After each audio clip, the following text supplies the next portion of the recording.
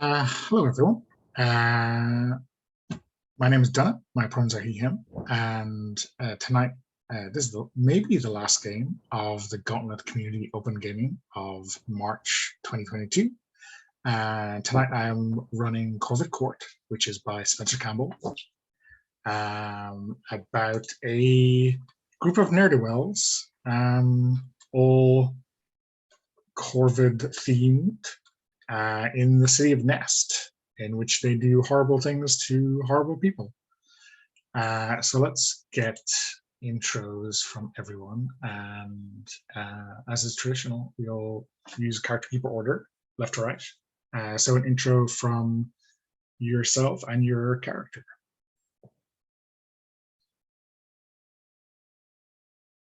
So Tori, I think you're first.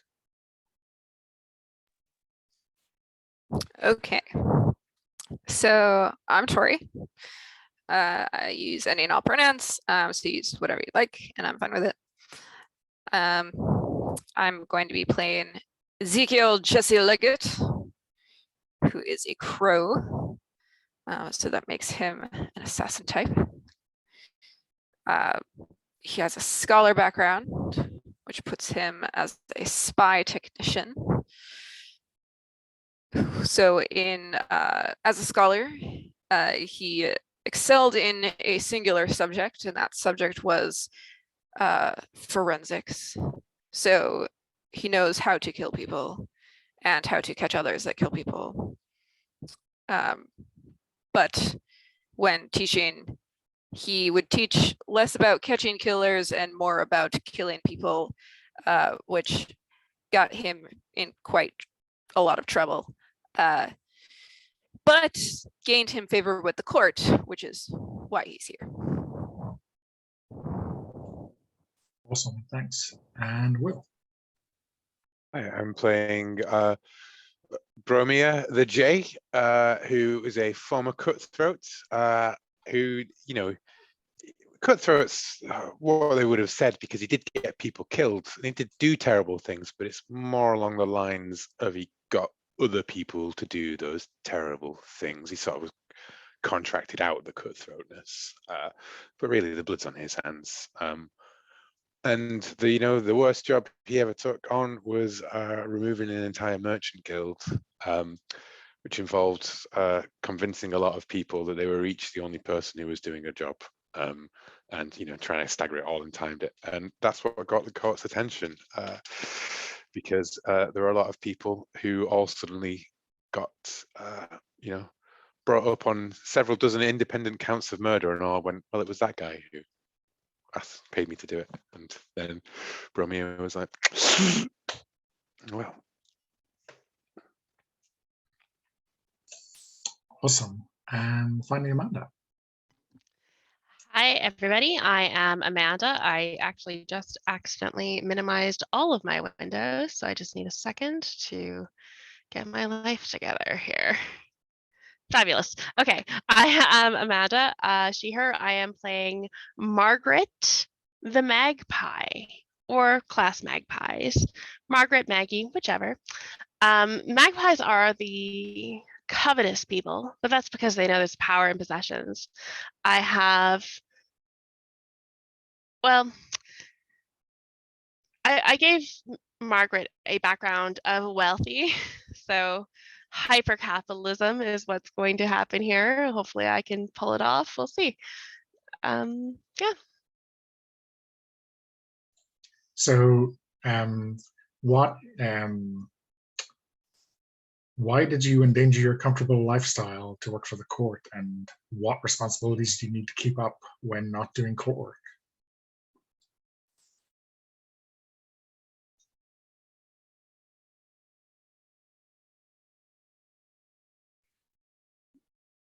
Who's that question directed at? Sorry, that's for Amanda. Sorry, that's for me. Yes. Honestly, I'm not endangering my comfortable lifestyle. I am enhancing it. Every little thing I add to it, that's just an enhancement. I don't consider that endangerment. What responsibilities I need to keep up with when not doing court work? Well, with great power, money, comes great responsibility. More money. I have to deal with all of that. Okay. Got to pay my people, my bookies, etc., etc. Got to union bust a bit. Okay. So let's jump into what brings you all together. Maybe let's set the scene a little bit as the court gathers. Tori, how many people are in this court, and like what position do the three of you occupy in it?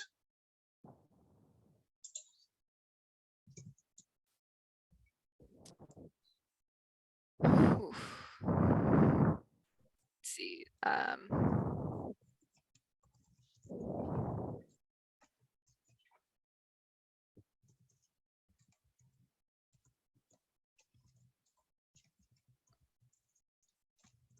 So the court is just like the underground I mean, I guess it's criminal your underground, right? I mean, your corner of the criminal underground, right? So your Okay. criminal organization.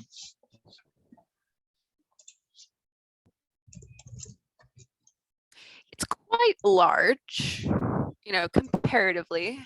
It's definitely the biggest in the city, the biggest organization of crime in the city. There are, a smattering of other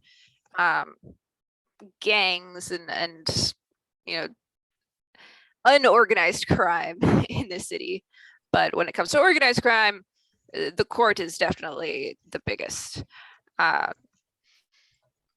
We are small players currently. We're kind of newbies on the scene. We're just starting out. So the court has come to us, and each of us in turn has accepted their offer, because you don't just go to the court. You have to be asked to be part of the court. So it's a big deal when you're asked to be part of this criminal organization. Sometimes you get conscripted, but each of us were asked for our skills, because each of us have a particular set of skills that the court finds useful. But the higher ups aren't too sure what to make of us yet, but we all accepted a particular contract. But we haven't yet gone out on any big jobs yet.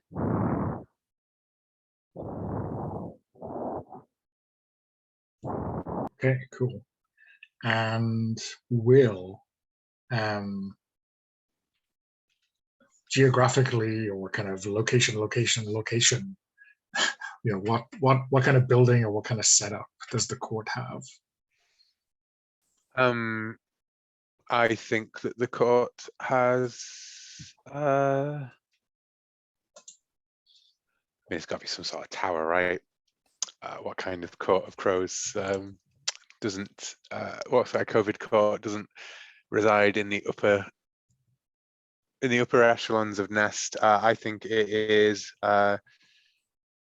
in fact in the derelict spires which tower above the city, which are crumbling and unsafe and were condemned years ago.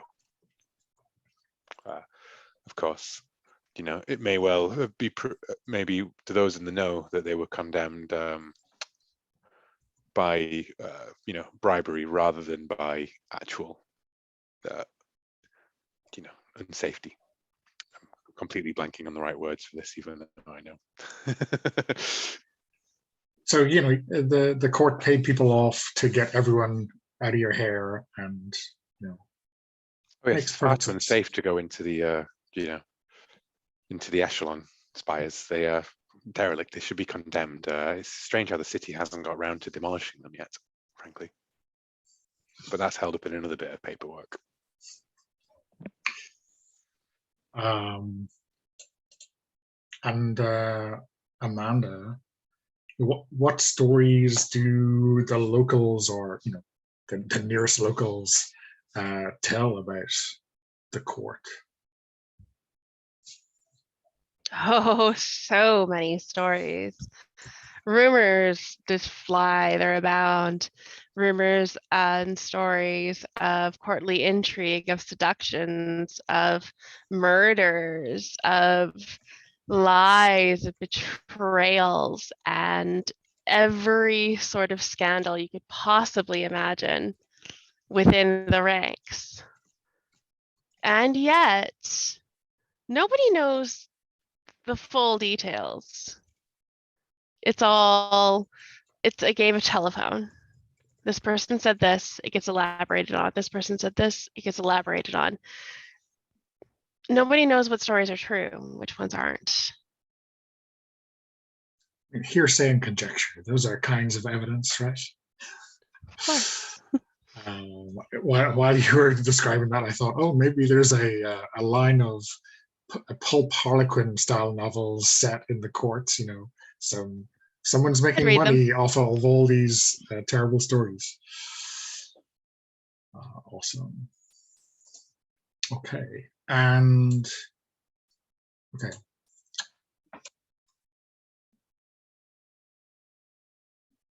So, Tori, what recent trouble that the court thought that they had taken care of has come back to bite them, or to bite you, rather?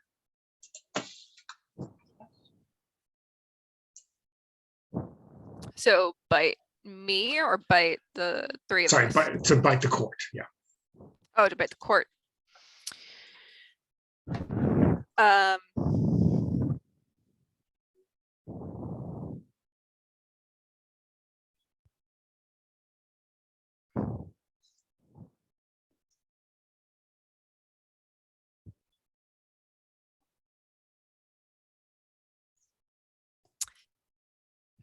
they had put someone in power recently that they thought they had full control over. But now that this person has a taste of that power, so whatever government this city currently has, like a governor or whatever reigning body it is, they got elected or put in that position. But now that this person has a taste of that power, they are starting to enact some laws and do some things that the court has not approved of. And they're getting worried because they thought this guy was in their pocket and now he's going off the rails. Okay.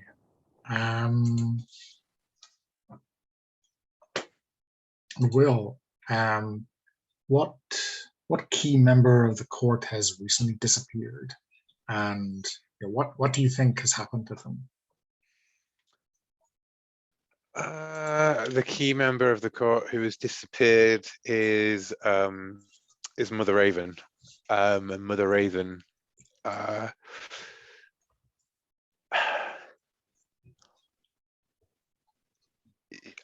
The thing with Mother Raven is that you never saw her face, and so it's what Bromia thinks has happened to Mother Raven is that she has simply changed her mask for something else and taken on another disguise, another role within the courts of Nest. Perhaps she was never a member of our court at all, but a cuckoo. Perhaps she was Mother Cuckoo. And what do other people, less wise than Paranoid. Bromia say? That she has been that she's either gone on an important mission. I think there's confusion. I don't think there's like an established thing, but it's like because she has just vanished. But it's either our enemies have taken her, or she is off on a secret mission and she will return to us victorious.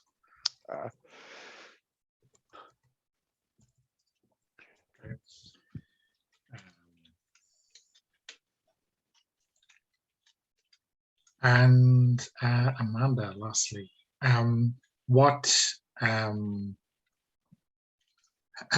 the other higher ups proposed to do something about this? Do they think it's a problem that needs to be solved, or what's the deal? I do think it is a problem Oh. that needs to be solved. However, they are approaching it like a test. Get the small fries to deal with the problem. See how that works out. Because this court's getting pretty big. And you have to make sure that everybody is worthy of being a part of it.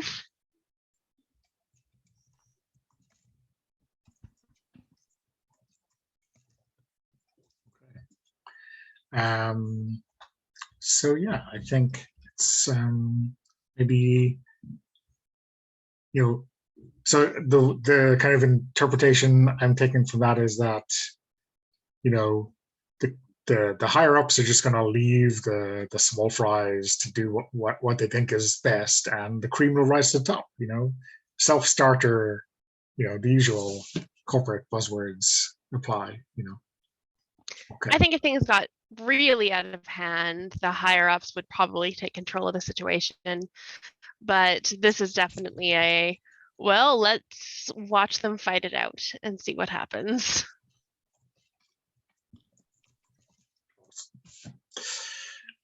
So I think we'll start with that after our break. So I have 2 minutes to the hour. So how about 5 past? We come back and we jump in. Okay, awesome. Okay, so we're back. Yeah, so I guess we have a pretty good idea of where the court is, the shenanigans the court is getting up to right now. But I guess based on our last exchange, I want to know what this little crew is going to do to get their name in lights, climb the greasy pole, so to speak, in the court.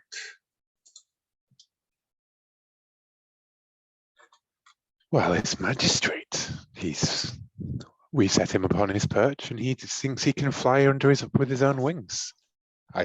Clearly a message must be sent. Who knows, perhaps he's behind Mother Raven's disappearance. Perhaps they're working together. Does it matter? Does it matter if they are or not? If we make it seem like they are, that is enough for me. That is enough for us, for our name. And if we get a little trinket or two, then oh well. He is quite wealthy. Hold on now. Not everyone believes that Mother Raven is betraying the court. If we start to match up the magistrate with Mother Raven, it may not go the way we want it to go. Well, of course, perhaps we have avenged Mother Raven. Perhaps Mother Raven was betrayed by the magistrate. And we have simply, taken out a threat to our own. I will say, Tori, your microphone is on the top of your head. Wish we could hear you, but I was like, I've done that Thanks. so many times. I was wondering, I'm pretty sure there was a microphone on this headset. What's going on? And I didn't, yeah.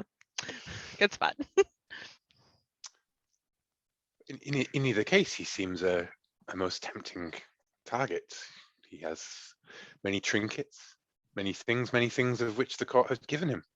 And certainly, well, it can only advance our standing. We can only fly higher when we have picked his corpse. And quite honestly,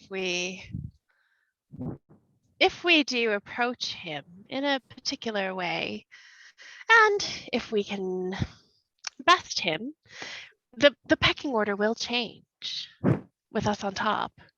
This person, he does seem a weak link, and I think we could, take advantage of that. I'm sure one way or the other I can by the end of the day, I may be able to have everyone convinced that he is in some way involved in Mother Raven's disappearance, for ill or for favor.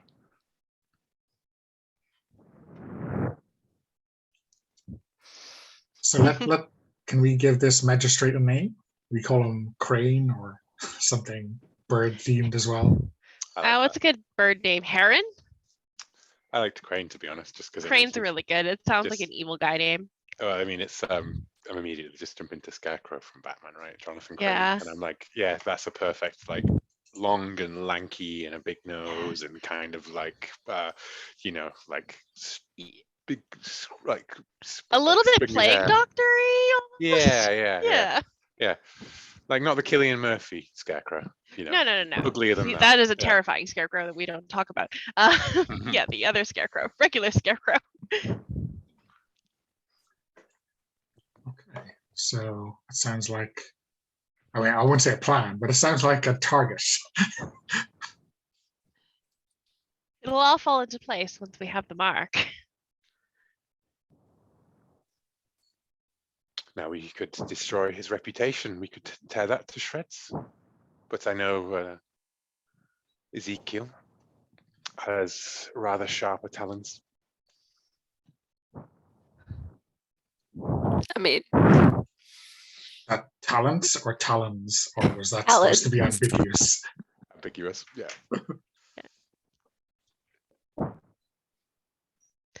the only thing is, don't want to outright kill him if we don't have someone in place to take his place. It's true. We don't want to outright kill him unless also we have somebody to take the blame and take the fall. Cannot be us. Well, I know enough to cover our tracks, I think. What are the court of Hawks? They're too noble, too proud.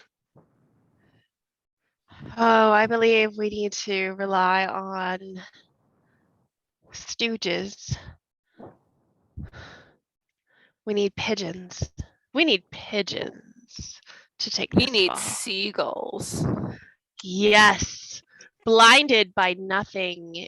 We're blinded by Food. the blingiest thing. Just a little bit of food takes nothing to convince a seagull to do something for you. Yes. Yes. Oh my god. Sorry, I should. I'll be here all week. Yeah. I think things are bad when I start introducing dad jokes into my GMing. I'm 100% here for it, to be honest. But they're gullible, if you're wondering. To my Gullible. dozen viewers. No, why did it happen to us? Sorry. Apologies. I won't do it again. Okay. You will, and you know you will. But only through the voice of an NPC, presumably. Okay. So, yeah.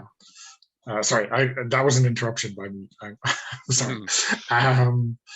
You're discussing marks. Yes, so Magistrate Crane. Perhaps he has.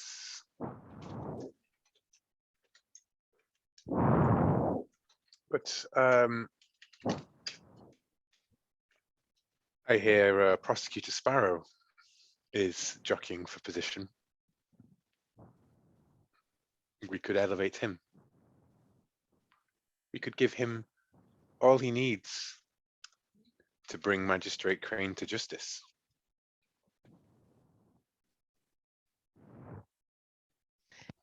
And the sparrow, you have some sort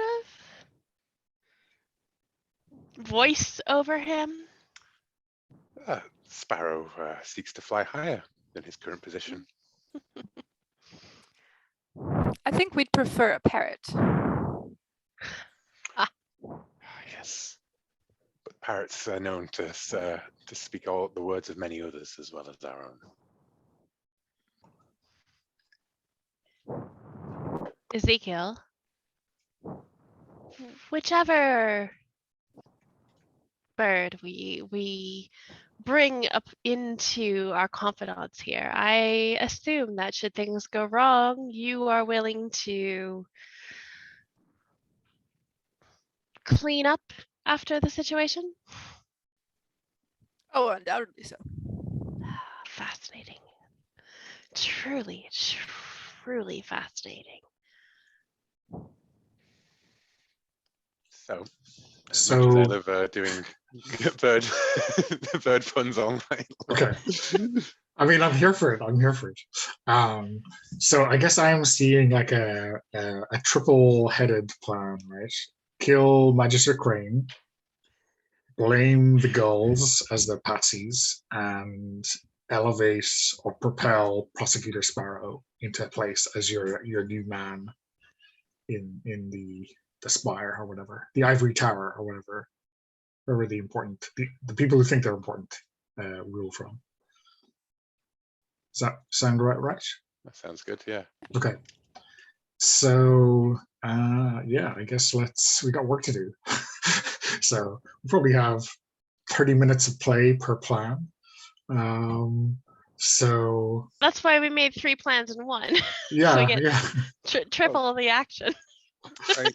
I'm almost seeing the goal in the killing of getting the goals implicated in the killing of Magistrate Crane as the same mission. Almost, because it's planting the evidence, making it look somehow implicating the goals. I feel Okay. like this is all the same mission. This Oh, is yeah. it's just a 3-step plan. Okay. And Magistrate Crane is known to, but basically, like, if he goes down Crime Alley and he's killed for the food and for scraps, then who else would you suspect but the gulls? Only the gulls would do such a thing. And the gulls would be so desperate. And just so easy to frame. So, and do you want to like set up Sparrow to like step into place, or maybe to catch the murderers, right, and get a bit of Yes. fame that way? I say helping my players come up with a plan. So yeah, where do you think you want to start?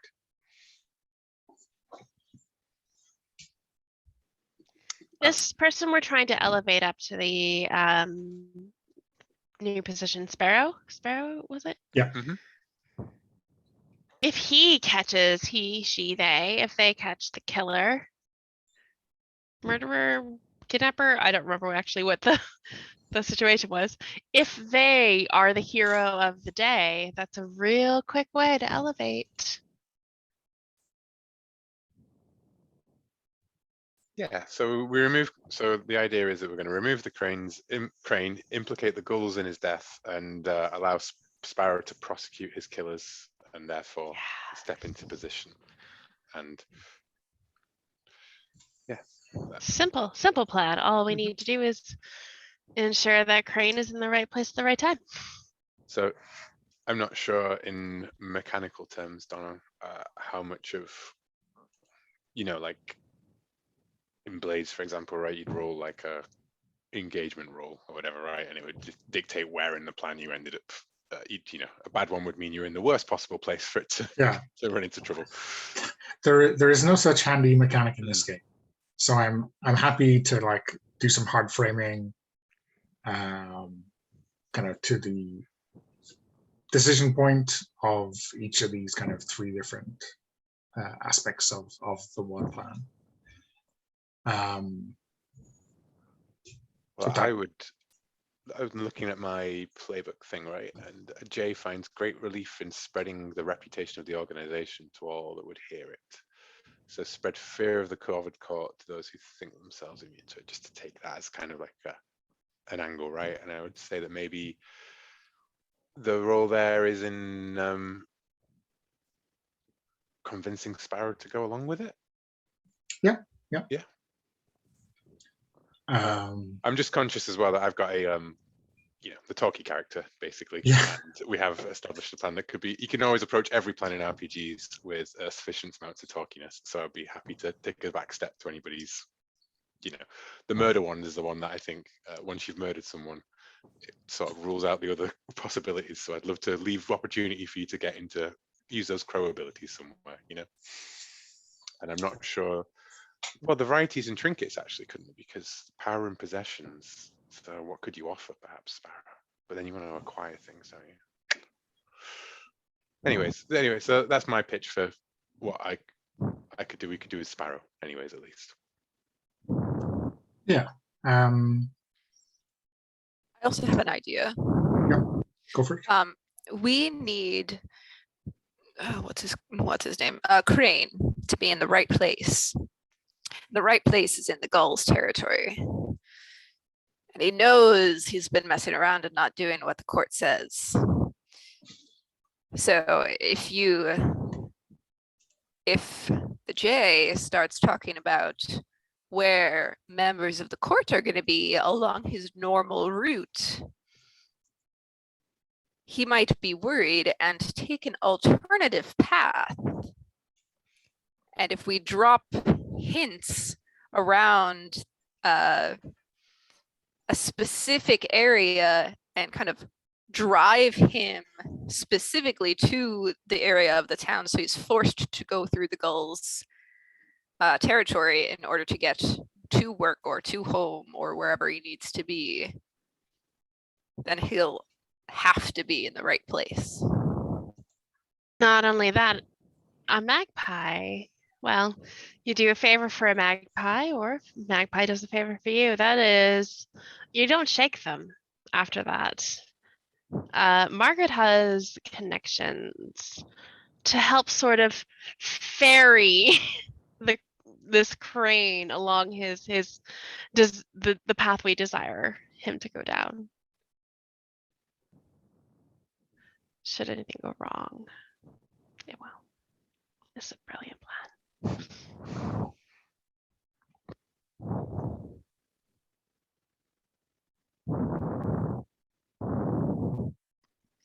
I'm not entirely sure what all of the caw, murder, terp, spy, dive, swoop, glide, bind, occult, coin. I'm not really sure what any of those do, aside from vague idea what skills and domains might be. Yeah, if you hover over the cell, there'll be a little note which gives you a hint. So caw is commanding, compelling, persuading. Chirp is deceiving, lying, misdirection. So you see that? Yep. And courts are essentially the same as what we're part of, right? So not quite. Okay. Court is legitimate, and crime is illegal. So you're more in the crime area, and the people with titles are in courts. So courts is like the magistrate, the prosecutor, those kind of people. Okay, so the prosecutor and the magistrate are in courts, whereas the ghouls would be in crime. Yeah, I would say, yeah.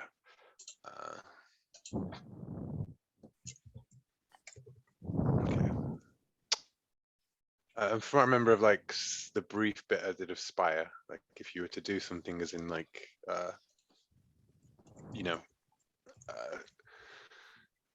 set things up in the city, reach out to your contacts, whatever, you'd be more likely rolling with domain, right? To sort of be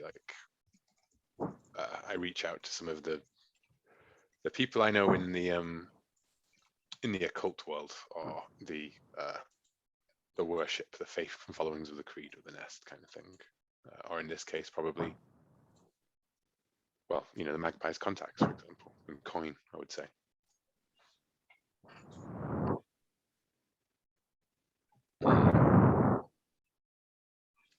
Yeah. Well, what do we think our first hard frame is, I guess?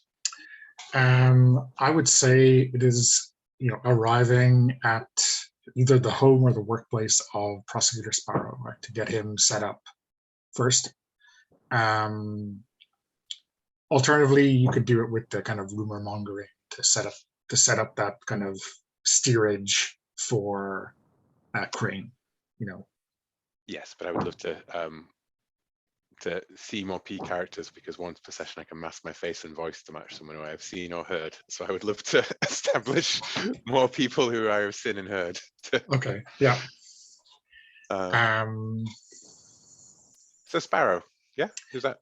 Yeah, I mean, the other thing, Will, is, if it's entirely reasonable that you've met someone before, you can just hand wave it, right? So if you think Bromia has met prosecutor Sparrow because of his ill deeds in the past, that's entirely reasonable. Yeah. But where I can fit it into the narrative, I would like to. Yeah. Particularly with people like, the Sparrow or whatever, right? Like, maybe I've definitely already met Magistrate Crane, of course. Yeah.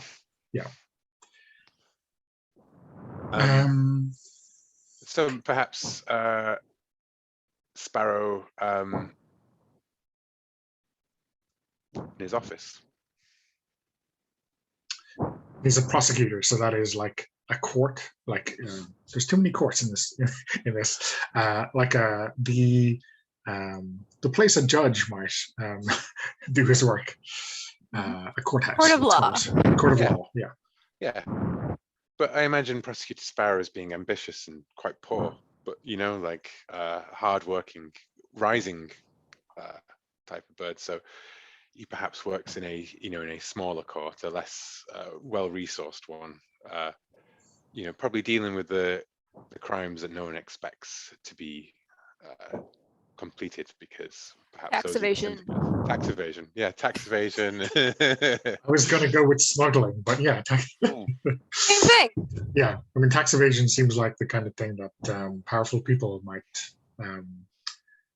not want to be investigated. But what do I know? This is obviously a dystopia and not anything like our real world.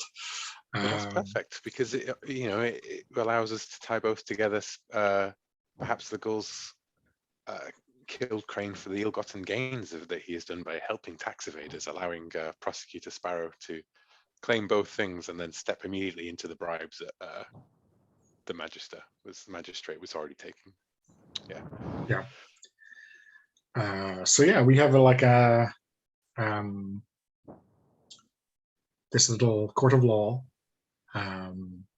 which is badly resourced for some strange reason. Tori, what kind of neighborhood is this in? What do you think the kind of setup is?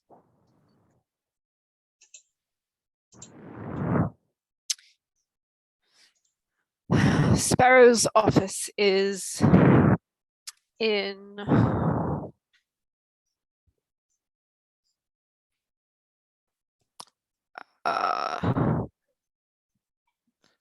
say it's in the financial district. So lots of bank buildings. But the street that the office is on, around the corner from the main courthouse, which is where most court cases take place, it's kind of down an alley. It doesn't get a lot of business. So it's not very well swept, not kept up very well by the public administration. So dingy and dirty. And not at all the kind of place that you might have murdered someone in the past, right? This seems like the kind of place that a body might lie undetected for a certain period of time, right? Okay. So yeah, you gonna sweep in unannounced to demand an audience, or wait for him to come out for his lunch or whatever? What do you think, Bromia?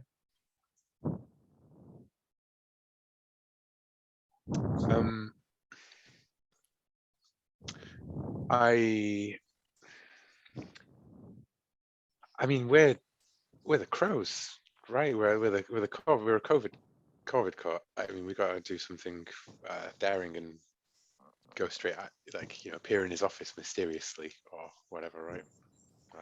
So I think he's probably in his office. You did ask me what he was up to, right? I apologize. Yeah, or sort of like where and when do you want to confront him, I guess, is the kind of business end of that question. I think, I think when he takes his break in his office, and he has his food sent up to him, probably from the very disreputable food vendor around the corner, whose dumpsters empty out onto this back alley that that its office is located down. He's like the equivalent of an office above a taxi rank, essentially. Yeah. Great. So yeah, I think like maybe there's a secretary or a paralegal there who like goes out for their lunch, and the delivery comes, the same delivery every day. Are you gonna kind of just take the lunch off the delivery guy and say, I'll take care of this, thanks very much for your trouble, or you just gonna follow him in? I think definitely take the place as delivery guy. Yeah. And I think I will persuade him with, I will order him to, I will threaten him. I will essentially tell him of the, as he backs out of the, the door of the kitchen, steps over the trash there, and he's holding like these bundled up wraps of some sort of sandwich on strange bread. Then, that's when we brace him. Okay. And I'm happy to do that. Yeah. So I will. So let's give a quick intro to the mechanics now that we're here. So you're always rolling one die. So we're rolling d6. You roll an extra die if your skill is relevant, and you roll a third die or a second die. And you roll an extra die if your domain is relevant. Okay. And you're looking for highest result. So I think I'm rolling core, commanding, compelling, persuading. I don't see any of my domains coming up there, but I'm not going to use my ability of follow one-word commands. I mean, I guess my original one-word command is, "Hey, stop."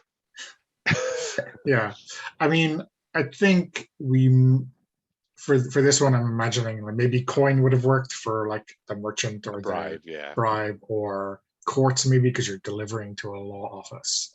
But yeah, so it's 2 dice.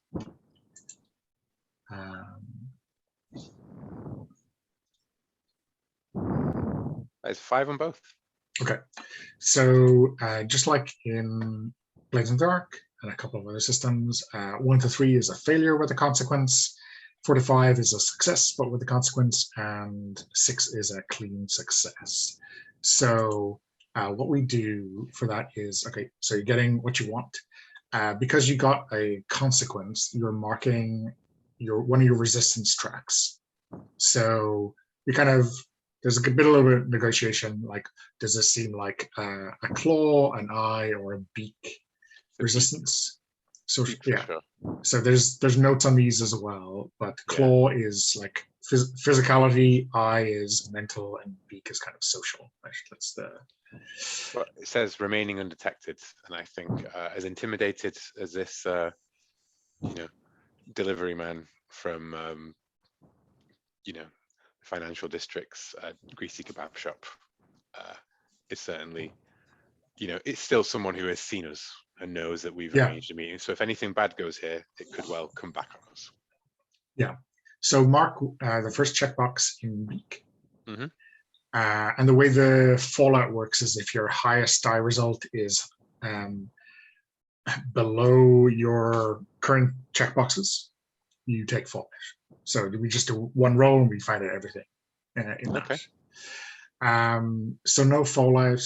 I think, he works like just there. If there's something going on, he's probably going to keep an eye on it just so it doesn't blow back on him, right? That's probably what we're talking about. So he's vaguely suspicious, but sure, he hands over the wrap thing, and obviously, I think I throw one of those to one of my companions. We know deliveries 2 people today, and do we think this is more Magpie or Ezekiel? Muscle or Coin coming in to see Sparrow, or both? Coin. Margaret's here for the coin. However, whether or not that'll stay with the team is a different situation. I suppose. What is the ultimate goal here? Well, we're just going to persuade Sparrow to be part of our plan. You want to fly higher. We need to clip the magistrate's wings. Join us. Join the court. Be in our pocket. I feel like the decision here then is convince the Sparrow to join us through join us, or dollar bill join us. I mean, a carrot and a stick, right, is I guess what you need. Yeah, I'm kind of thinking we should like tag team this. This should be like a good cop, bad cop thing, yeah. Tell you But what, also both bad cops. Bromia throws the sandwiches to the 2 of you. Yes. Bad cop, worst cop is, I guess, how we put it. Yeah. And I will run interference at the door, because I can always tell people to wait and then catch them in conversation and run interference without it going nuclear. It's a pity. Fuck off is 2 words. That's all you're thinking, right? Yeah. He's Scram, I don't know. he just Scram keep was looking. pretty good. You Yeah. just keep looking up at the languages, but the problem is that the other person has to speak it as well, right? Yeah.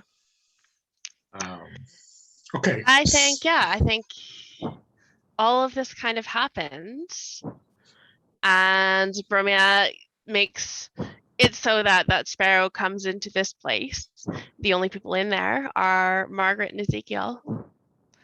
And I just have this like mental image of like a warehouse. This is kind of man, what's the movie? Oh, my brain is not working right now. Anyway, warehouse, single chair, creepy light, like the whole deal. Yeah, so maybe maybe there's like an archive, right, at this court of law, and he's got to go in at lunchtime to look up the books on this tax case that he's working on, and he just tells the delivery guy to leave his sandwich or his wrap there, right, for him and whoever else is in there, and that's where he finds it. But he finds Mags and Ezekiel too. How does that sound? I love it. I imagine there's like a large backed chair and Maggie's sitting in it with the back facing the door, and the sandwiches are on the table, on the desk, and Sparrow comes walking in and he's like, and then the door shuts behind him and Ezekiel's right there. He's like, it's like, hello, Sparrow, old chap. Oh, and that's when Maggie spins in the chair. And you're having a good day, yes? So if Crane is this like awkward tall guy, then Sparrow must be this little nervous guy, right? Yep. I'm trying not to imagine Penfold from Danger Mouse, but I'm failing. And like he jumps like literally a foot off the floor when Ezekiel shuts the door behind him, and I think he like backs over to where Margaret is, and then kind of scurries his way around, and I think he sits down, and like on automatic pilot, he just starts to open his wrap.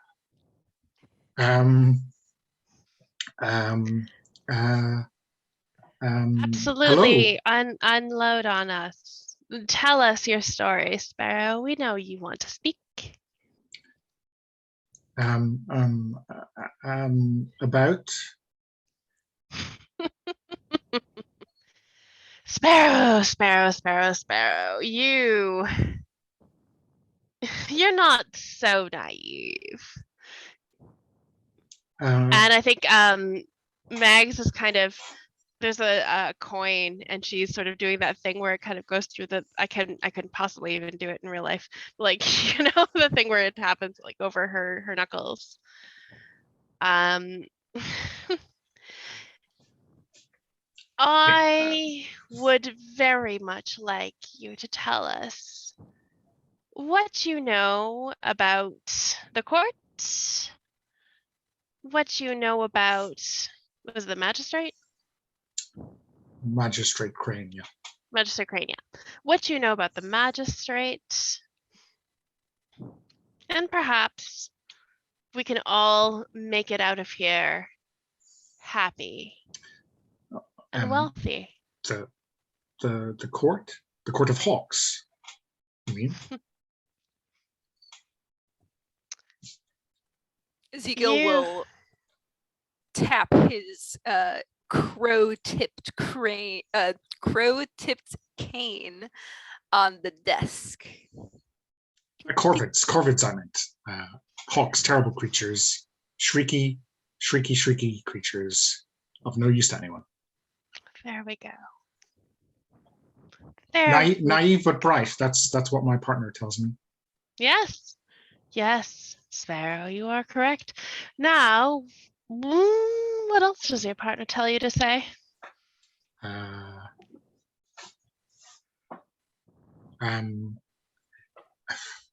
So you want me to tell you what I know about you? I assure you we are not investigating the Corvid Court.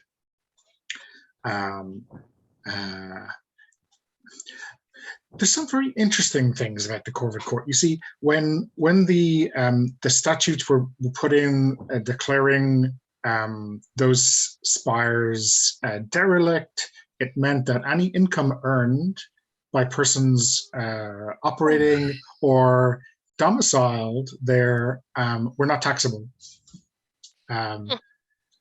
Sparrow.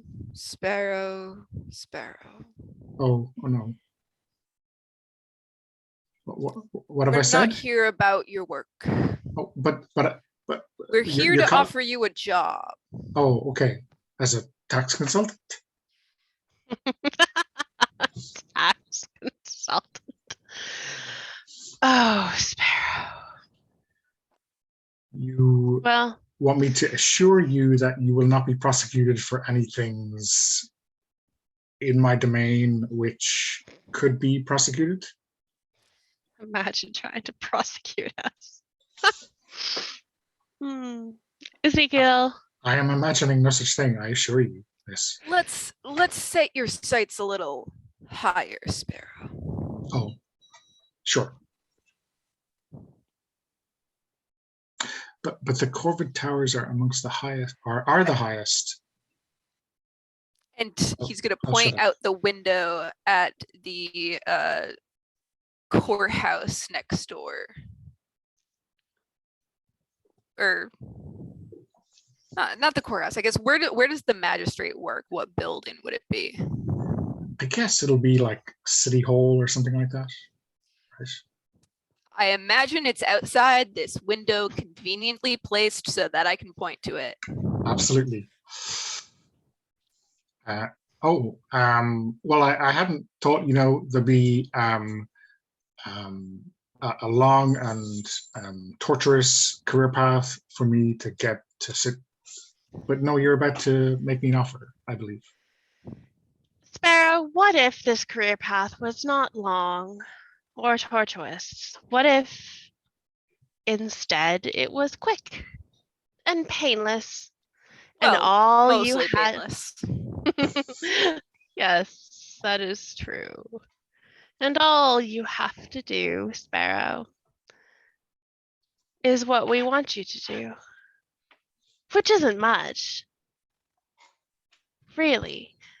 You are the person making off with the most amount of positivity in this situation. We have a few requests is all. Just a few. Few stipulations. A quid pro quo. That's a natural. Mm-hmm. And you get the prestige of position and the pay of position. And if we have the ability to do so, and we do, a little tit for tat from us. But just, well, a few coins here or there. And plus, you'll keep your life. I mean, this is what I understood when I said quid pro quo. We didn't need to go into the details or the threats at this stage. Sparrow. One needs to be specific in circumstances like these. I'm sure you understand. Specifics are good. I kind of have this like mental image of Ezekiel like standing just a little bit back, doing something really like kind of innocuous but kind of threatening. I'm not sure what it is, but It's like tapping his cane on the ground. And every time he does, it just like makes this tink that makes Sparrow like jump a little bit. Yeah. Well, is it like that? For all intents and purposes, it looks like a cane, but like when you thumb it or when you bang it against the floor, like the sword bit shows an inch as it hops up, and that glint gets Sparrow's eye on it every time.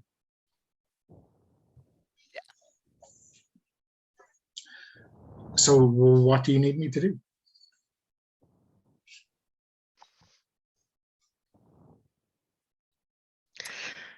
Report a crime. I mean, We just typically, need you to be the public servant you are in your heart and report a terrible crime. So terrible. Horrifying even. tragic. Tragic. Absolutely. And when is this crime going to occur? Ezekiel will look at his watch. Say in about 5 hours. And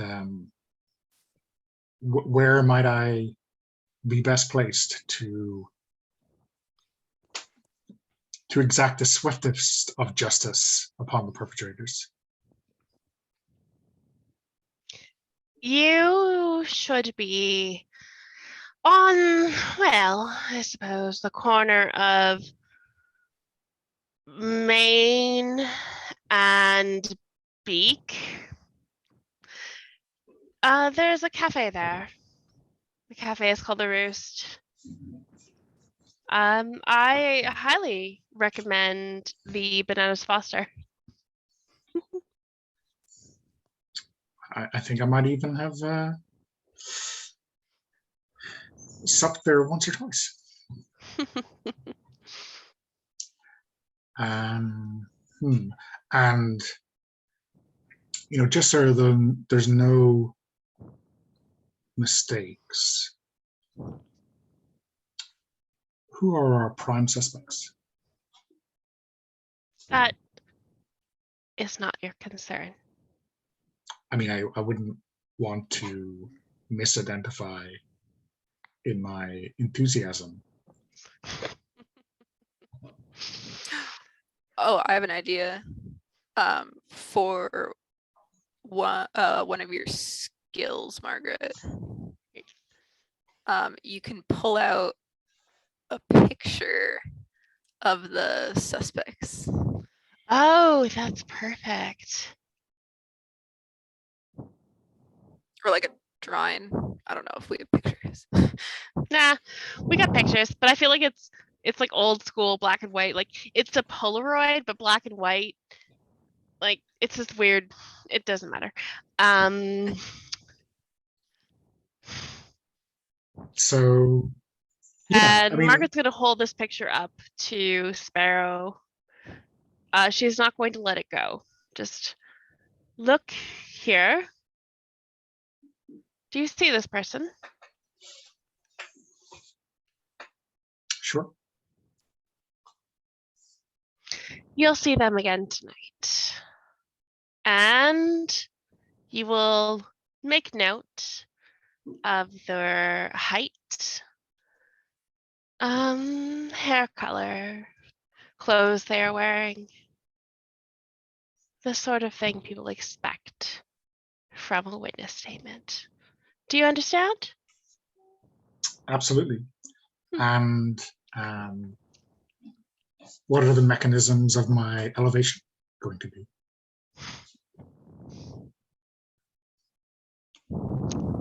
Well, let's just say there will be a vacancy and there will not be very many prime candidates aside from yourself. Okay. So at this stage, I think it's a good chance to roll to see whether he takes a hook, line, and sinker. I think, I mean, it probably doesn't matter, but I think this could be call or chirp, depending on how much truth you're telling him.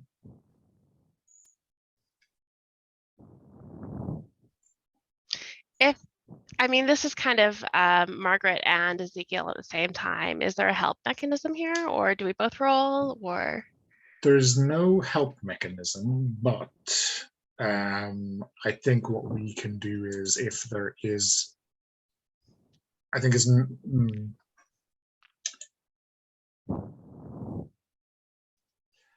I think if there were like skills and domains that you could like that you had as a pair but not individually, then we would allow you to roll with everything.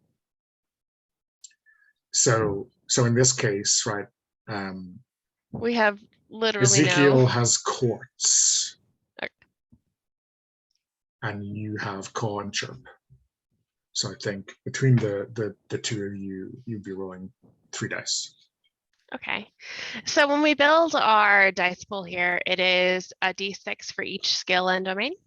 No, so it's a d6 to start with, a d6 if you have a relevant skill, and a d6 if you have a relevant domain. Okay, d6 to start with, d6 for caw. I don't know if we're really deceiving this guy. So sorry, it's like, so it's only one skill and only one domain that could come. Yes. Okay. So kind of like in Aegon. 1d6. Yeah. What d6? I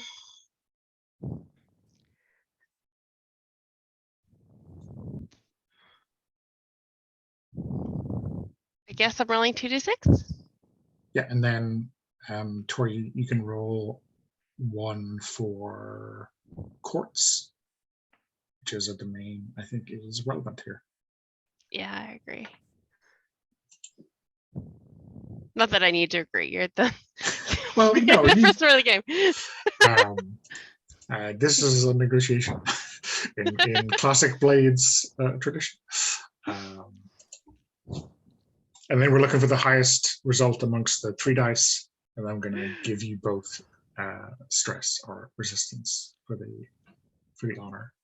I rolled really good for me. So it's a 4, which is the highest result. So that's a mixed success. So you're both going to take resistance, and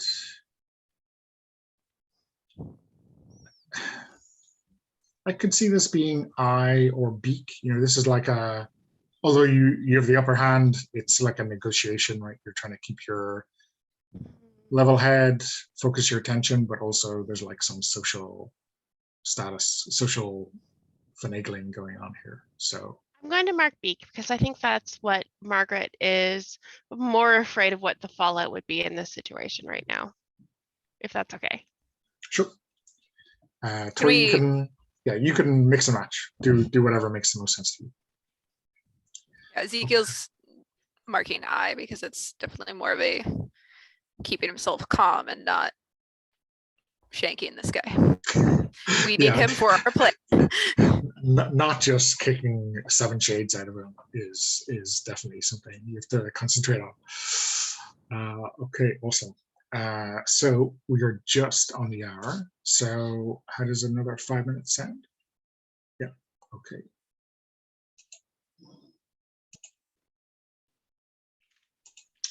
Okay, so we got 1 down, 1/2 to go in terms of our plan. So yeah, I guess it's hard framing to Murder Alley number 2.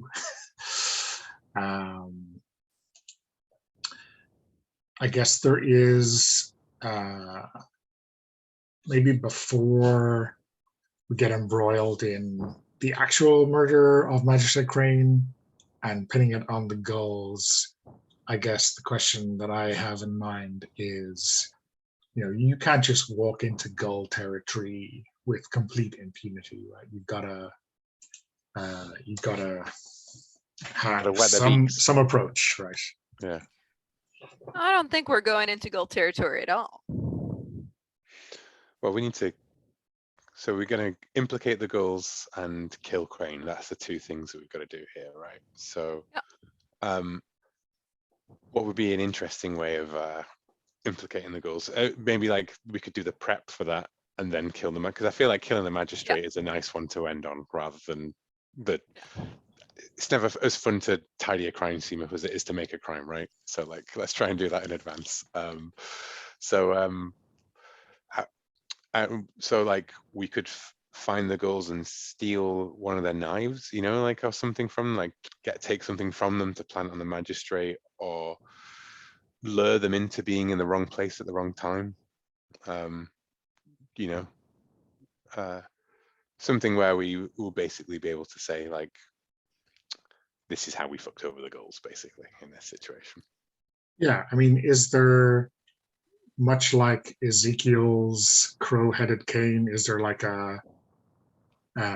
some kind of weapon style or a little weapon aspect that the Gulls all have?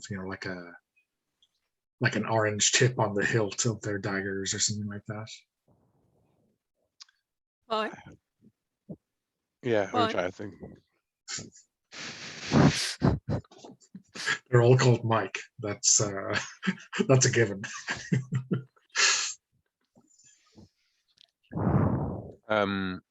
Do we take some of those off the Gulls, I guess? Or From their cold dead fingers.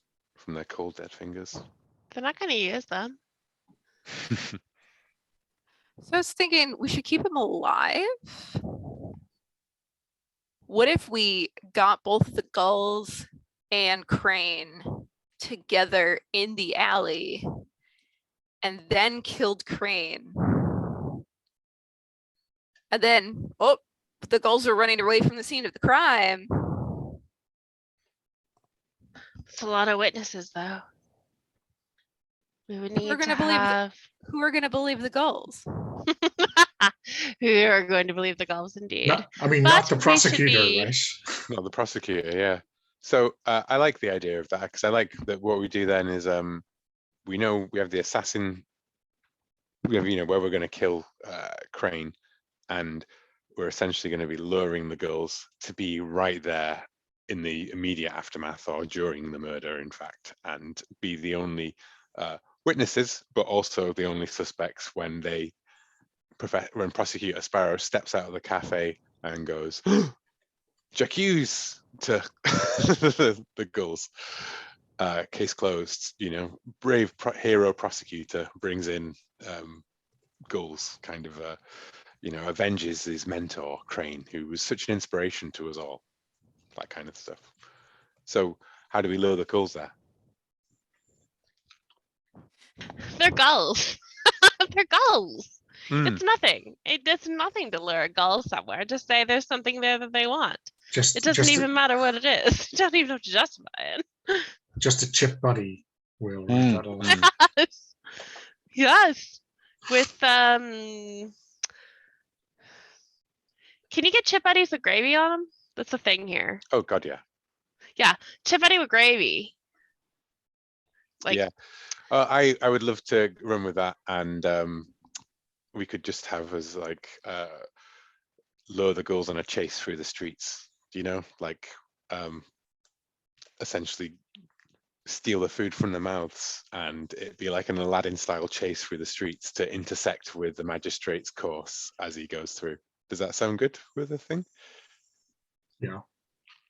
I mean, the anthropomorphication, that's the word, is complete. You know, the gulls are going to be chasing food. Yeah, works for me. So You should disguise yourself before you take the food. And what if you disguise yourself as Crane? I haven't got the beak for it.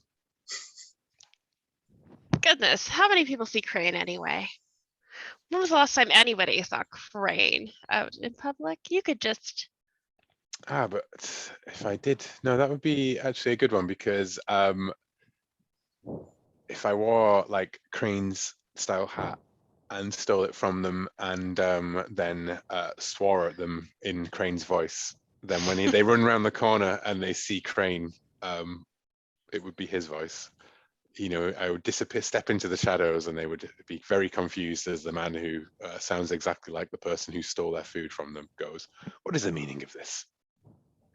You know, so that could work. Yeah. So I think it's not much of a disguise, but it's basically like I find the same hat as Crane wears, you know, like a long, tall one, and I will just be speaking in Crane's voice to create that confusion, so that, you know, when they come around the corner and see Crane, they'd be less disposed to like jump in and save him from being shanked. I mean, they're going to shank him themselves if he's the guy. They may well shank him themselves, right? I mean, you're not stitching them up if they're the ones to do the crime anyway, right? No. Perfect. No, but and anyone who doesn't cooperate, we could just engulf in crows and devour them. Exactly. And then there's no body. They've just disappeared entirely. So I guess this is, I mean, 2 or 3-fold. This is stealing a handcart of, you know, Nest's finest chip merchant. That's the sign on it, obviously, and there's no Trade and Descriptions Act in Nest, I suspect. So I will volunteer to do that, as I can act with supernatural speed and strength. nice. And then the second one is like appearing to be Crane himself, which I guess is Bromia's deal. I guess so. In this case, like you know, Well, if Ezekiel and Ezekiel's dressed like, you know, has the hat on, right, as they do the running, and then as they run round an alleyway, of course, Bromia, you know, calls it out ventriloquism. before they come round the corner, and, you know, then just ducks back behind, kind of thing. Perfect. Okay. So, and then I guess the final bloody murder in the alleyway we will leave happen, however it falls. So where do we start on that? I guess first off, maybe I'm not sure whether Bromia is like helping to disguise Ezekiel, or do we think Ezekiel is good enough to, you know, it's just a hat. The disguise is just a hat. I can do that. I think maybe it would be the role to sort of like steal the thing and get away, and then maybe a separate role to be like what position they arrive at the ambush site. Yeah, you know, like how sort of how hostile they will be towards Crane. Exactly. Yeah. Okay, cool. Yeah. So Tori, I guess we'll get the thieving of the food cart done by you first. Supernatural speed and strength. I'm not. Does it? I guess it's still a chase, right? It's still, you're still doing something that's difficult, by leading them on this merry chase down a few streets to Murder Alley 2. I guess this is dive. Yeah. I was looking at it and they're all like being the person pursuing, hunting, chasing, but I see no reason why it wouldn't be the person being pursued or hunted or chased. And then domains, crime, I guess. I mean, we haven't established what the gulls do. Are they like smugglers or just like common turf criminals or what? Say they're probably pickpockets. Okay. Pickpockets and scavengers, I would say. Pickpockets and scavengers. Yeah. Okay, so that is 3 dice. 1 for being a character, 1 for dive, 1 for crime. And I guess you're pushing like a big ass food cart, so I think that is using your ability, right? So just to do that. Okay, so let's roll and see.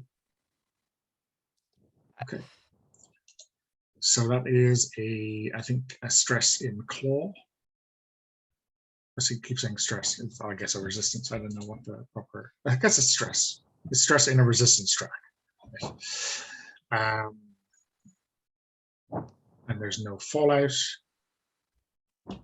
So yeah, why don't you describe how that happens and maybe a close call that explains the stress.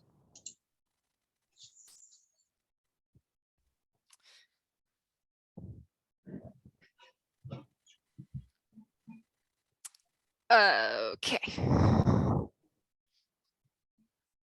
He goes running up to the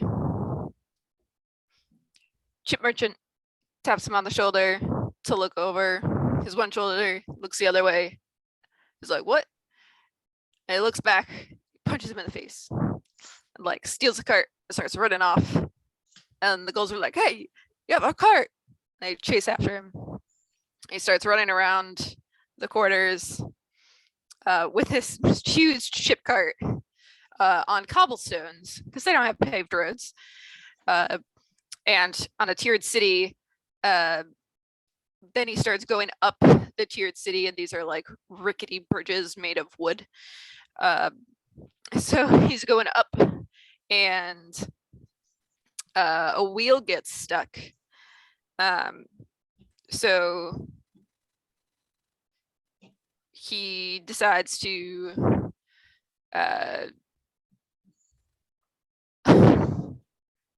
get up, like he just lifted up entirely, right? Like, like yeah. Wait. He decides to call his crow friends, and they help him lift it on their little wings. It's like, oh well. Okay, I really love this idea that this person who is of the crow faction has literal friends that are crows, and that makes me so happy. And I will never fight this. I have my full support. So they make it up to the next tier of the city, and beeline it towards the alley that they know where Crane is going to be. Turn the corner, like pass it off to Romeo. Your mic has gone a bit robot, glitchy there, Tori. That connection is plaguing you today. Okay, awesome. I want to bring in Margaret in between these two phases. What are you up to while all this goes on? Well, like any magpie, I am happy to help out with the planning. and happy to reap the rewards, so to speak. So I think anytime Sparrow being interrogated, people being threatened by gulls, etc., etc., Margaret's deal is she is looking for an advantage for Margaret, an item, a coin, a wallet, even. Every little bit helps. The magistrate, we've already established that the magistrate, is supposed to be working for us, right? But has been doing some of his own stuff. But that means that he has still got stuff with us. And we said that he was taking his illicit payments, right? His bribes, essentially. Yeah. And I've noticed that you've got a great ability about someone taking a coin from you. And what would be a more perfect way of luring the magistrate into an assassin thing than you paying him with your coin and then setting him up to obey a single word command that you've given him that will leave him vulnerable to. I love that. Yes. I think while all this is happening, Margaret meets with the magistrate, who calls her Maggie. And because they're old friends, clearly. Magistrate,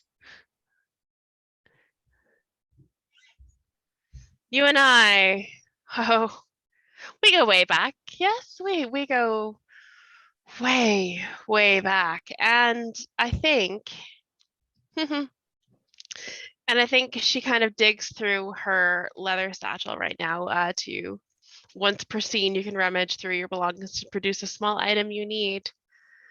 And I think she's going to dig out a small little black and white photograph, kind of blurry, very clearly not taken by a photographer, just a sort of impromptu photograph of her with her arm around the magistrate, best buds.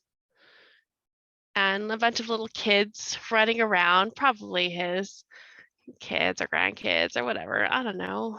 Margaret doesn't care, actually, so she never really paid that much attention.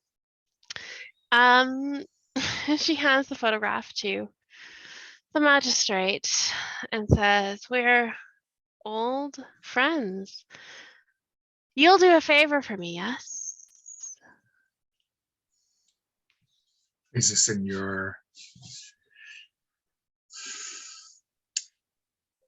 as a magnate of the city, or in your moonlighting fashion? Maybe a little both. Maybe a little both. Who's to say? Who's to say what the future will hold? What's the favor, Maggie?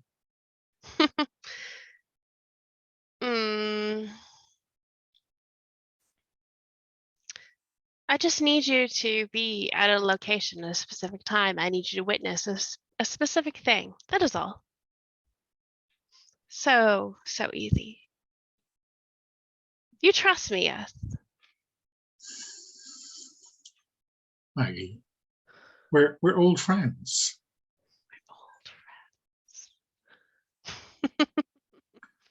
Old friends, indeed.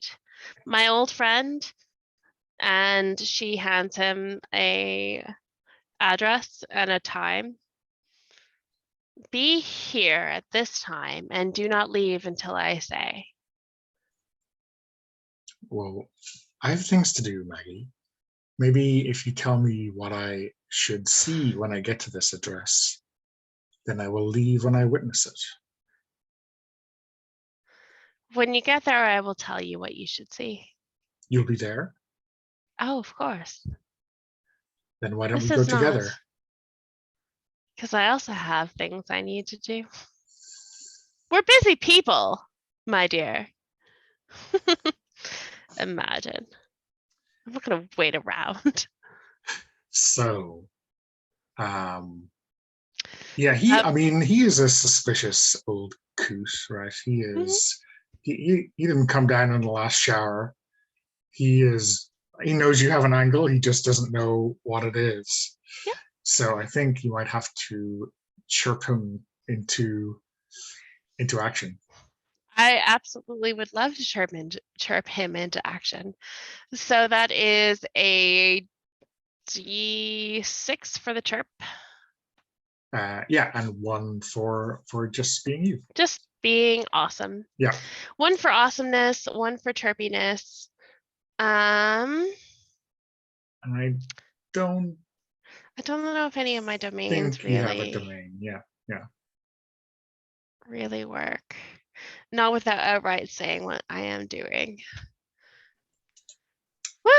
Would coin not Listen. work in terms of like a bribe?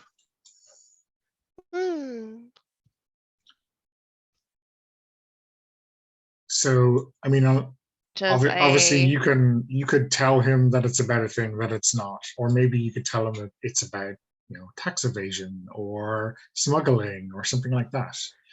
I really like not giving him any idea of what it is, and he shows up anyway because it's so manipulative. But I'm only about the coin because then he has to obey the single word command that you give him. Oh no, I'm saving that for when we get there. Oh no, but I don't think you have to give it immediately. That You know is what I mean? fair. That's a good point. Well, a good like, oh, here's your change. And then now 2 or 3 hours later. I love it. Yes. I think what Margaret would actually do is start to walk out of the room and then turn back towards the magistrate. Oh, and of course, I have your fare covered. And she takes out a handful of coin, much more than a hansom cab or whatever it would cost. And sort of, oh, this is so mean, dumps it on the floor.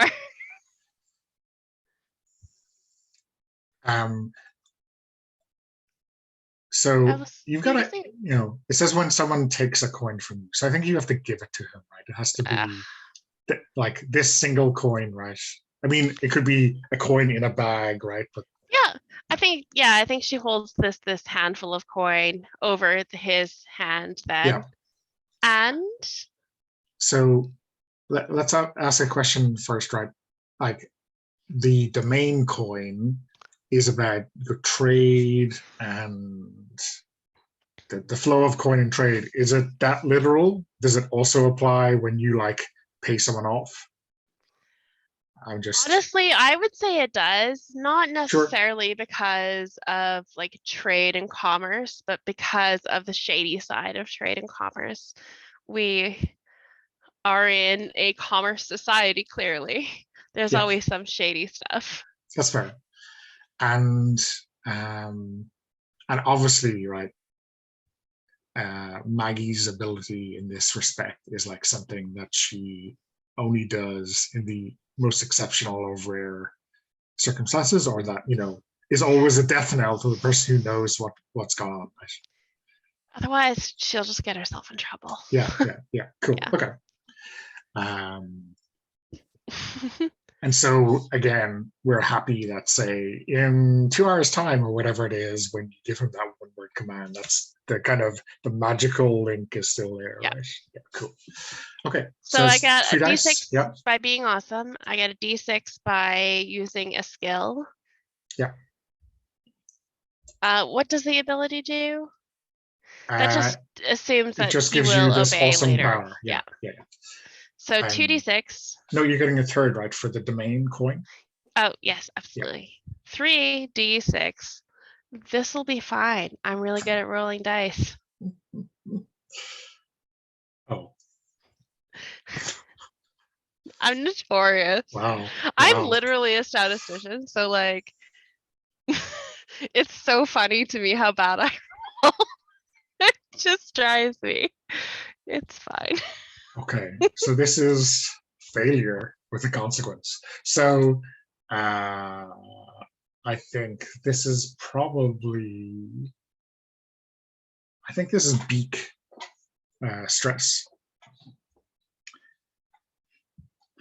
And here's what happens, right? Crane looks at the coin And, he snaps his finger and his butler takes the bag. Because, it's a bit gauche, I think, to take money for a fare. I mean, he has an account anyway. Can you hear us okay? Okay. I'm not hearing you. So maybe... Oh, sorry, I was muted. Okay. I usually mute on my headset, not on the thing, Sure. so it doesn't usually show. And he nods and, maybe like puts on his hat and tips it to you because, he may not trust you as far as he can see you, but that's no reason to not be polite.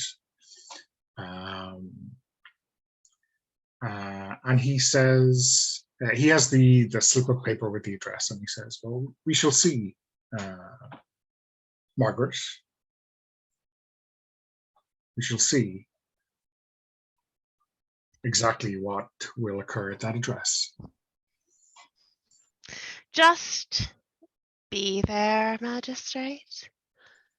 I will be there too. Have a lovely day. Okay, so let's cut back to Murder Alley number 2 and the chase. 2 hours later, we 2 hours later, presume. yeah. We're doing a lot of work on the editing floor here. So yeah, what's Bromia's plan here? You're obviously going to be doing some ventriloquy to get them completely on target for Crane. But are you keeping an eye out for Crane to arrive or Maggie to arrive? What's the deal? Almost what I think it might be, in fact, is not mimicking Crane, but mimicking the voice of a gull and being like, oh, he's this way, he's over here, kind of thing, and divert them into the perfect place to intersect Crane's carriage as it rides down this thing, and then they will see Crane step out of the carriage wearing his trademark hats. And I'm hoping how does Ezekiel want to approach this? Do you want to murder Crane? Do you want to do the deed and leave him there dead on the ground, and for the gulls to suddenly arrive around the corner after the chasing their chip cart? Or are we trying to trick the gulls into doing it? See what their interaction is first between the gulls and Crane. If Crane shows up.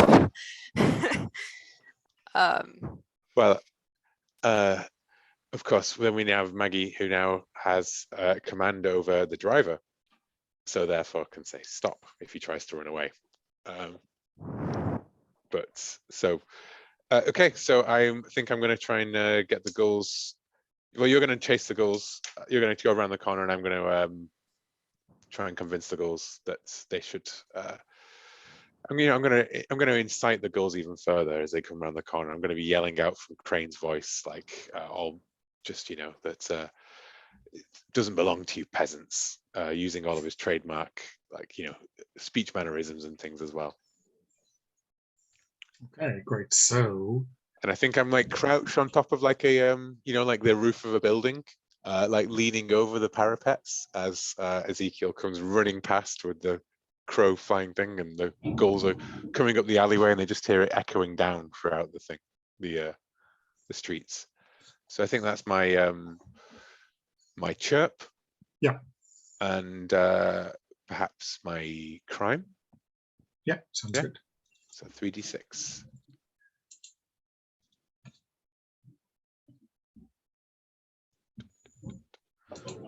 Has it rolled for anyone? Nope. Nope.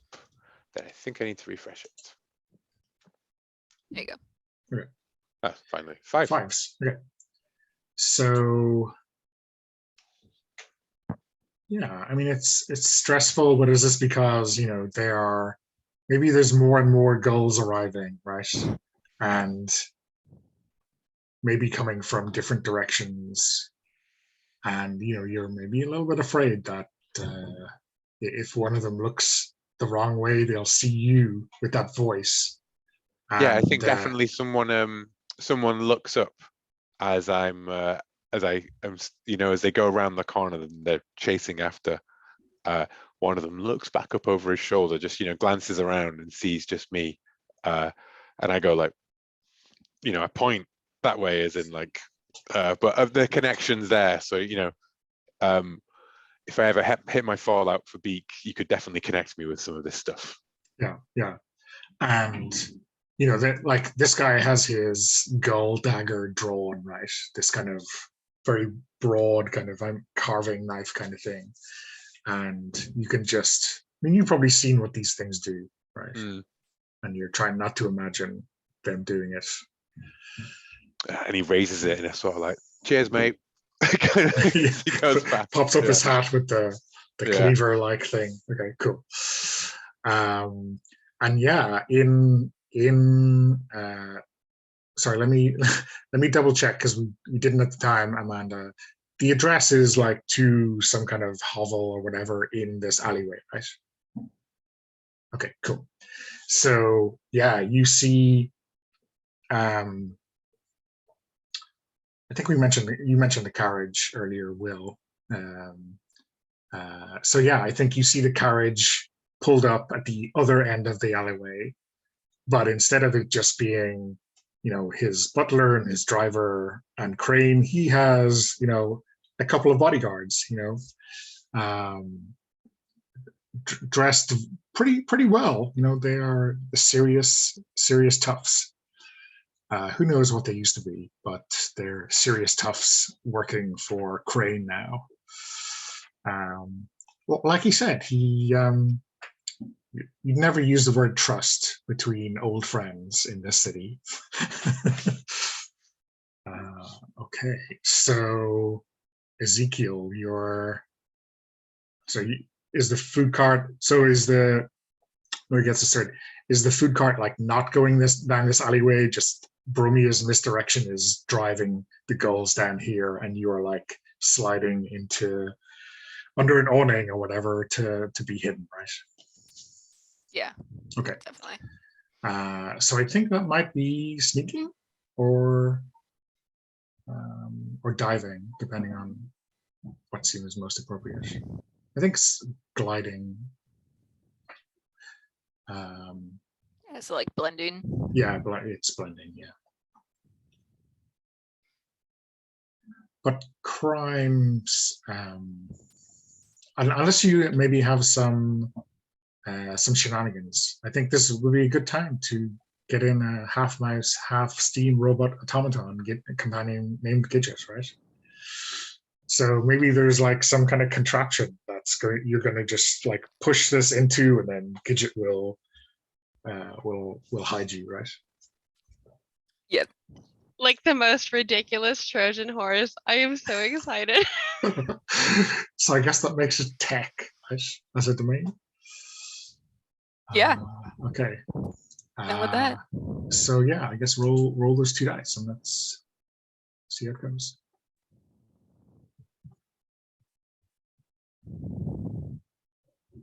A 4. Okay, cool.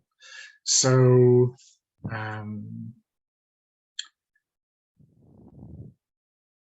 is this claw stress, you think? This is like, pushing yourself really hard to get into it, and then just like trying to hold your breath or just breathe calmly so that no one can hear your lungs screaming inside this reverse Trojan horse canopy thing.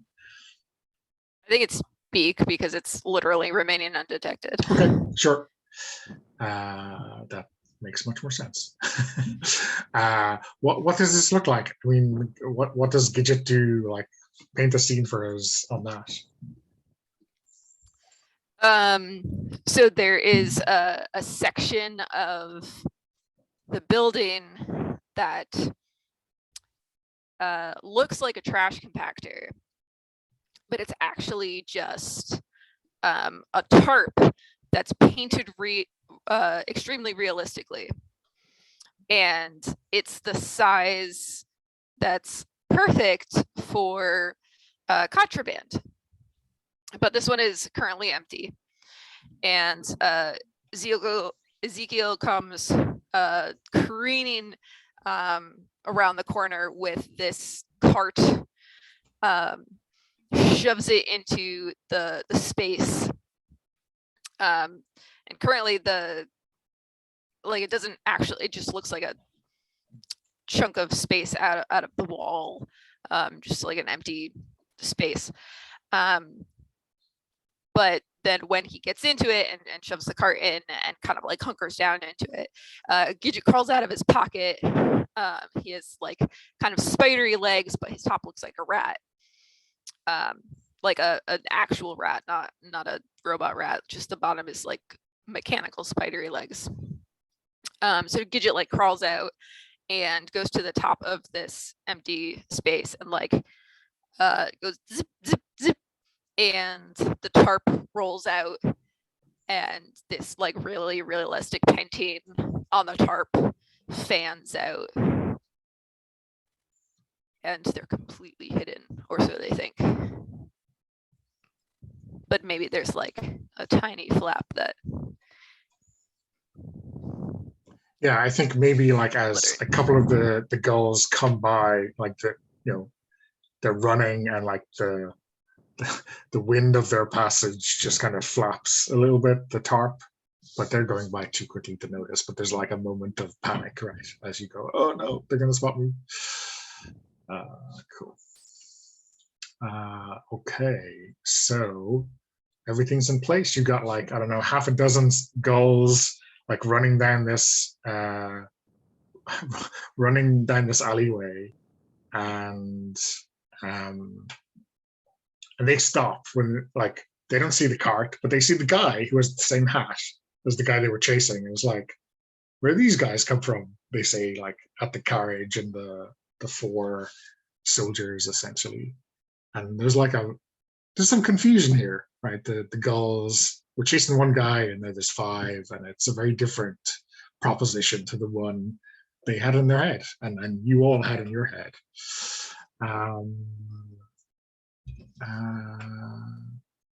Amanda, where is Maggie? Quite honestly, she is waiting a little bit back. The planning part is great. The bribing part, of course. Getting her hands dirty, not so much. Reaping the rewards, absolutely. So I think she is just kind of,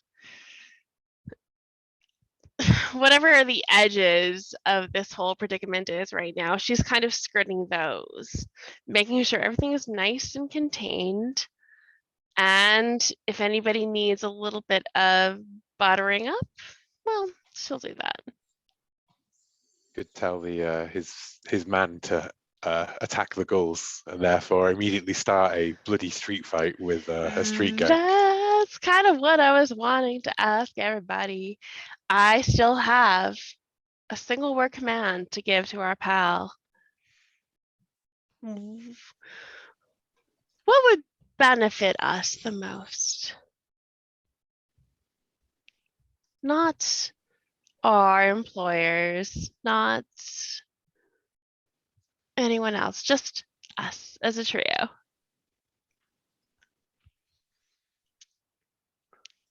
I think those are the same things at the moment. That's The way we've set it up, because it's not a score, it's a political maneuvering kind of thing. Yeah. We need to have this magistrate taken down. Absolutely, that's the plan. Well, if we want the gulls to do it, then that feels like this is the time to try and turn this confused interaction into a bloody a thing. And who knows what might happen in the confusion there, right? Certainly no one can remember how it started. Could I love it. make us, I mean, there's like loads of ways to skin this cat. Absolutely. Explain your skinning style. This is a terrible metaphor. Terrible metaphor. There's loads of ways to pluck a chicken, right? There's only one way to pluck a chicken. Still veiled. Still veiled. Okay, sorry. I'm vegan. I can't handle this. That sounded silly, but I actually am vegan. Like, gross. Although I Plenty of ways to I begin with a bio skin degree, so cucumber. Plenty ways to of solve this problem. ways. There's lots of ways to solve a Rubik's Cube. There you Well, go. that's not true. That's not true. There's like Tori, one you set of still have algorithms. your devouring summoning crows Yes, I ability. do. And Which I am saving if for any reason Crane escapes from this unscathed, he will get devoured. okay. I love it. Saving that I think is useful, just in Okay. case. I was just wondering, like, if these two groups are like on the cusp of a fight and Crane got eaten by crows, like, would they just say, "Oh, well, let's all go home now," or would they still fight? I don't know. I think they would be too freaked out about crows eating someone and would everyone would split. And no one would talk. Da-da-da, da-da-da, da-da-da, da-da. Sorry, it's West Side Story of my heart forever. So Someone always talks. how are we going to get the girls to try and kill him? Oh, How are we goodness. actually going to? So what do you guys want to do to kill the magistrate and pin it on the girls in this exact moment? Well, the magistrate is under my influence, I suppose. I could do The butler something. is, right? The butler is, yeah. Butler, yeah.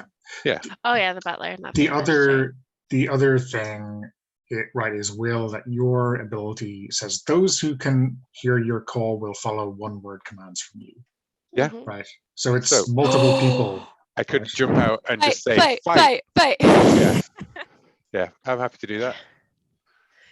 I love that. No. What if, Bromia, you have you do your thing, get all the people fighting. I hold the butler back as the witness. And I will yeah, have to think about the single word command I have to give him, but I'm certain I can find it something. I just need a moment to think about one word. I'm You tell them terrible to at run or words. hide or whatever. Yeah. lie. Lie. Watch. Lie. We'll see. Lie. Yeah. Yeah. Okay. Well, I'll roll to get the fight started then. Yeah. So core. I don't think my domains. I don't think the domains apply here, to be honest. It's quite an actiony task. Do you have to roll with using your ability? Yeah, because it's core and core is a skill. So that's how I interpret that. Those who can hear your core will follow one word command. So maybe it's like, but I got a 6. So I have rolled no lower than a 5 this whole session. Yeah. This is a game you need to be playing and not against the Dark Conspiracy, obviously, Will. Yeah, clearly, yeah. Yeah, so your one word, so like paint that scene for us. What does Bromie do, and then like how does the whole setup change once that command rings out? I think that they're squaring off with each other, and the girls are going like, here, you stole our food, you bastard. And then he's going, what's the meaning of this? And his guards are all looking nervous, and Maggie stood back with the butler. And then as the girls are all facing off, that guy who raised his knife to me before, he's standing at the back, and I just, stand up behind him and just yell like, fight! And they all just lunge at each other in a single action, and they're just, one punch, like as soon as the first punch is thrown, the effect is worn off. But then they've just been punched by somebody else, so it just turns into who's a going to brutal stop a fight in that situation? Exactly, yeah. And one of those bodyguards immediately pulls out like a sword, escalating it massively into just bloody murder, basically. Awesome. Ezekiel, I think there might be some cleanup or extra murder to be done. What do you think? Extra murder. Well, tilting the fight in favor of the goals, right? I think Oh, that's true. if I may, I feel like Ezekiel is there and watching this whole thing, And anyone that even tries to escape, oh no, bye. That's kind of what I'm thinking. Ezekiel is just this murder bird. But absolutely, this is your character. No, so that's a good point. So like if the bodyguards have swords, the gulls are probably, oh, we're outclassed. We gotta skedaddle. So Ezekiel's probably like coming from the back of the bodyguards and murdering. Yeah, and like the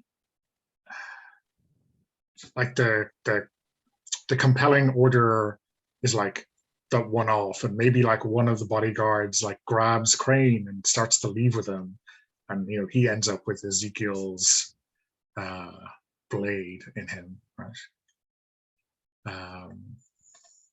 Okay, I'm just looking at the time. I don't think we need to roll for that. Let's just plain up murder. How about Maggie? Now the things seem to be back on plan-ish. What are you up to on the verges?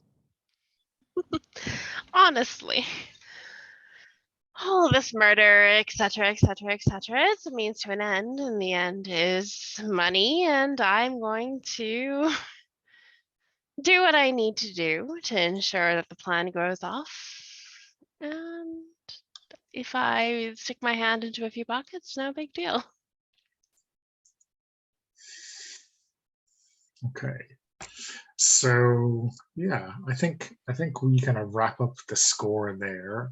Everything else, prosecutor Sparrow is on the scene in record time, calling the local constabulary to and probably catches a couple of the gulls red-handed, right? Literally and figuratively.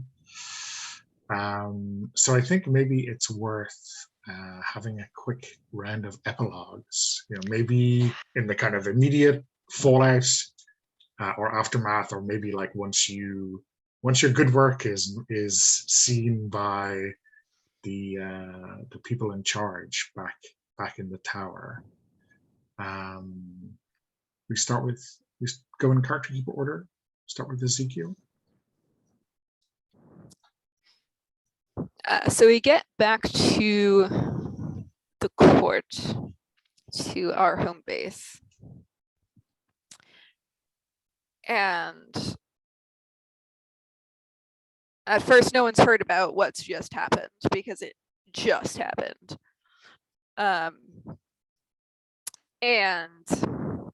Margaret and Bromia are like, especially Bromia, it's like, we need to tell people immediately. And Ezekiel's like, no. Wait, it'll happen.